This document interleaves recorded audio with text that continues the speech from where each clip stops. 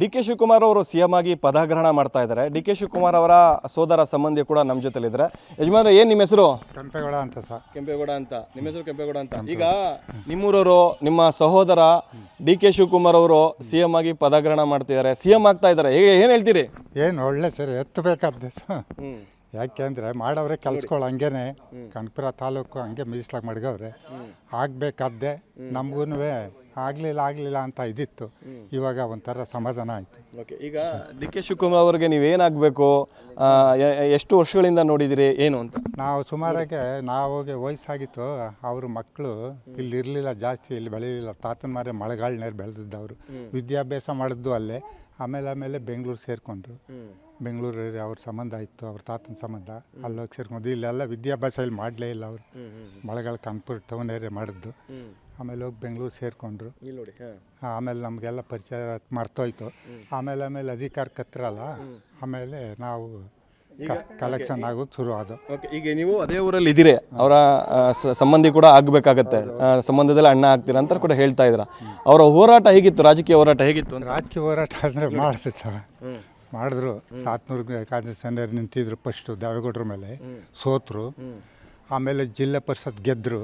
ಅದೇನೇ ಜಿಲ್ಲಾ ಪರಿಷತ್ ಅವ್ರು ಇಂಪ್ರೂವ್ ಆದ್ದು.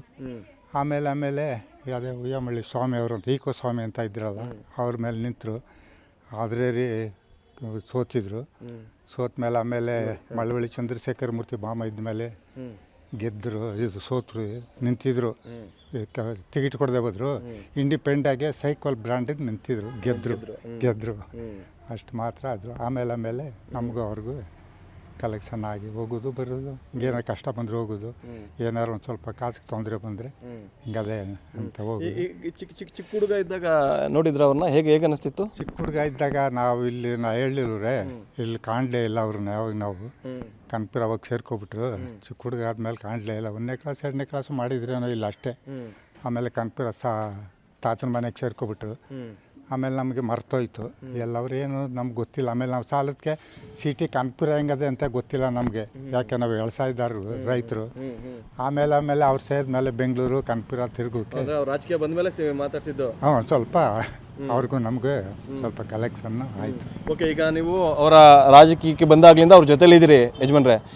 ಈಗ ಮೊದಲು ಜಿಲ್ಲಾ ಪಂಚಾಯತ್ ಸದಸ್ಯರಾಗಿದ್ದರು, MLA ಆದರು, ಮಿನಿಸ್ಟರ್ ಆದರು, KPCC ಅಧ್ಯಕ್ಷರಾದರು, DCM ಆದರು, ಈಗ CM ಆಗ್ತಿದ್ದಾರೆ.